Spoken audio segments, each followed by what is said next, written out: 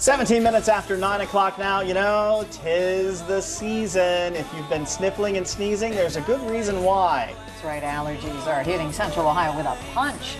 Dr. Perez is here from Premier Allergy, and he is going to be helping us to answer some big questions about allergies. Why does it seem so bad right now?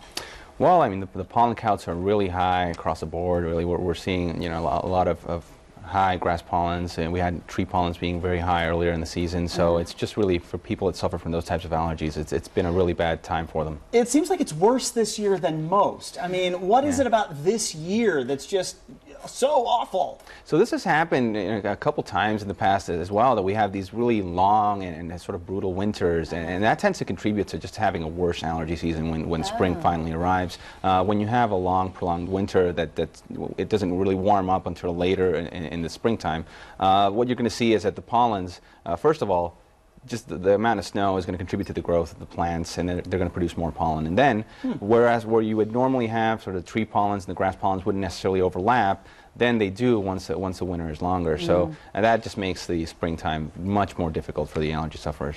Wow, so normally we'd be able to split them up a little bit, but we're getting hit all at once this time. Yeah, that's correct. So what can we do if you're an allergy sufferer right now? I mean, you can't just hide in your home all the time.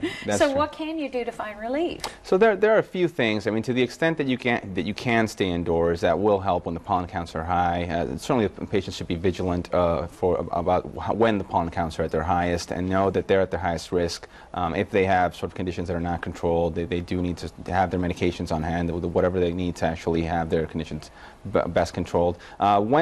There are several things we can do even when the pollen counts are high to sort of decrease how exposed we are. So say if you've been outside for a while, when you go back indoors, you know, the pollen is on you. You might not even see it, but if you change your clothes, you'll avoid contaminating the inside of buildings. If you take a shower, you can remove maybe the pollen that's fallen on you.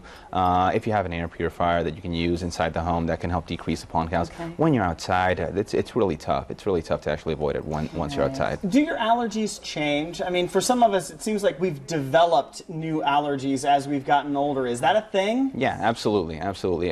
You can develop allergies at any time in your life, and the more you're exposed to something, the likelier it is that you'll eventually develop an allergy to it. So, you know, as we go through each of these seasons, it's always possible that somebody who wasn't allergic, you know, for several years in the past, or even last season, they'll find that this season they're suddenly starting to have some symptoms. So it's definitely possible that you can develop, you know, both new onset allergies, and even if you're allergic, just develop allergies to new things. What medications work? So there are a few things that people can try. Just over the counter, antihistamines have been available for a long time. There are two different categories. There's sort of the older ones that patients use. They cause a little bit of sleepiness, but they are effective. Some of the more newer ones are less prone to actually cause that symptom, and they will help for mild symptoms.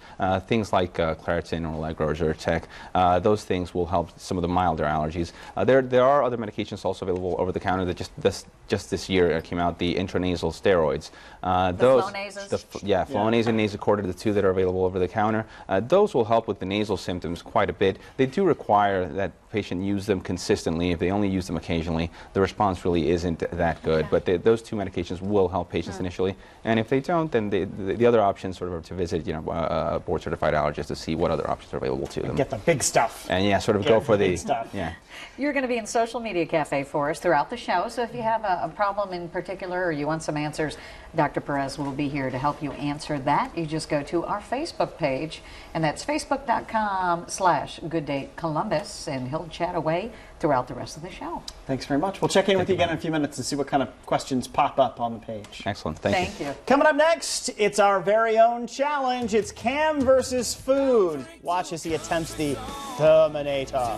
Plus, then our very own Annie Williams. You see, we just kind of own things, don't we? Yeah. She'll be in live here next, too. She's going to teach us how to make a Negroni. Never had it.